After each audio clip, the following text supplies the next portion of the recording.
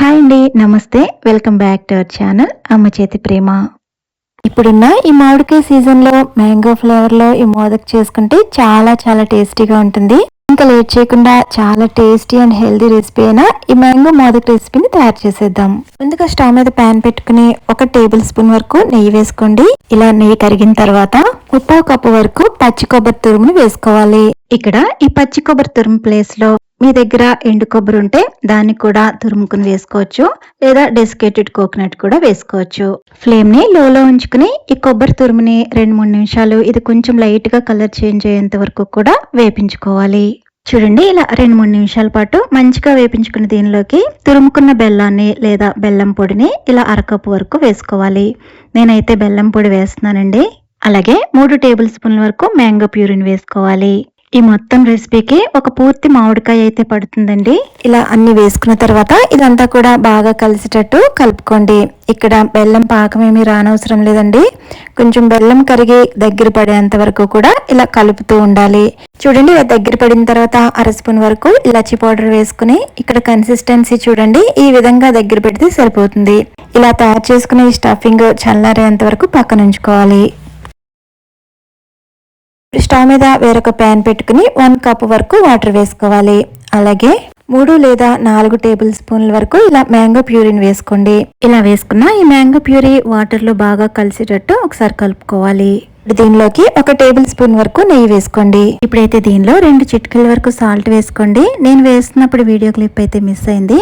ఇలా స్వీట్ లో కొంచెం సాల్ట్ వేస్తే దాని టేస్ట్ అనేది ఇంకా బాగుంటుంది.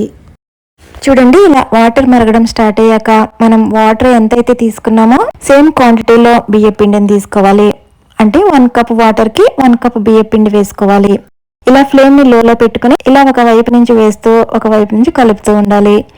ఈ వాటర్ అంతా కూడా బియ్య పిండి పూర్తిగా అబ్జర్వ్ చేసుకునేంత వరకు కూడా ఇలా లో ఫ్లేమ్ లో కలుపుతూ ఉండండి.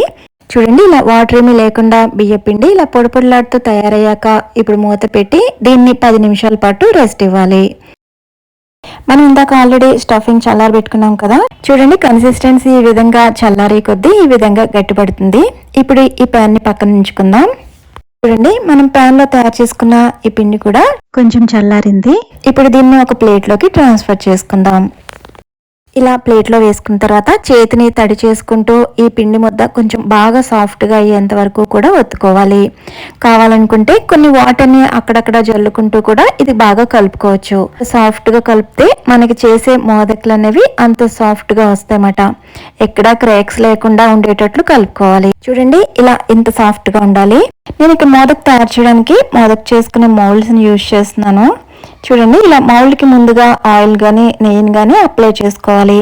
ఇలా చిన్న పిండి ముద్దను తీసుకుని ఈ మౌల్డ్లో ఇలా పూర్తిగా పట్టేటట్లు ఇలా స్టఫ్ చేసుకోండి. అలాగే మనం చల్లారబెట్టుకున్న స్టఫింగ్ ఉంది కదా, అది కొంచెం చిన్న పిండి ముద్ద కింద తీసుకుని ఇలా మధ్యలో పెట్టుకుని స్టఫ్ చేసుకోవాలి. ఇలా స్టఫ్ చేసుకున్న తర్వాత చిన్న బాల్ కింద తీసుకుని ఇదంతా కూడా ఈ విధంగా క్లోజ్ చేసుకోవాలి. చూడండి, నేను అంతా స్టఫ్ చేసుకున్న తర్వాత ఇప్పుడు ఇలా ఓపెన్ చేసి చూపిస్తున్నాను. ఎంత చక్కగా వచ్చిందో కదా. మంచి షేప్తో మోదక్ అన్నది చూస్తుంటేనే నోరూరిపోతుంది. చూడండి, ఇదే పద్ధతిలో మొత్తం అన్నిటిని కూడా ఈ విధంగా తయారు చేసుకోవాలి. ఇప్పుడు ఈ మోదక్ అనేది కొంచెం టేస్టీగా అలాగే అట్రాక్టివ్గా కనిపించడం కోసం ఇలా సాఫ్రాన్ పెటల్స్ని పెడుతున్నానండి. ఇది పూర్తిగా ఆప్షనల్, మన దగ్గర ఉంటే పెట్టుకోవచ్చు లేదా స్కిప్ చేసేయచ్చు. ఇప్పుడు ఈ ప్లేట్ని 10 నిమిషాల పాటు ఆవిరి మీద స్టీమ్ చేసుకోవాలండి. ఇలా 10 నిమిషాల తర్వాత నేను ఇక్కడ ఓపెన్ చేసి చూపిస్తున్నాను. ఇలా మ్యాంగో ఫ్లేవర్తో చేసుకున్న ఈ మోదక్ రెసిపీ అయితే మామూలుగా కంటే కూడా చాలా చాలా టేస్టీగా ఉందండి. నేను ఇక్కడ ఇలా కట్ చేసి చూపిస్తున్నాను. చాలా అంటే చాలా టేస్టీగా, నోట్లో పెట్టుకోగానే వెన్నెలా కరిగిపోతుంది.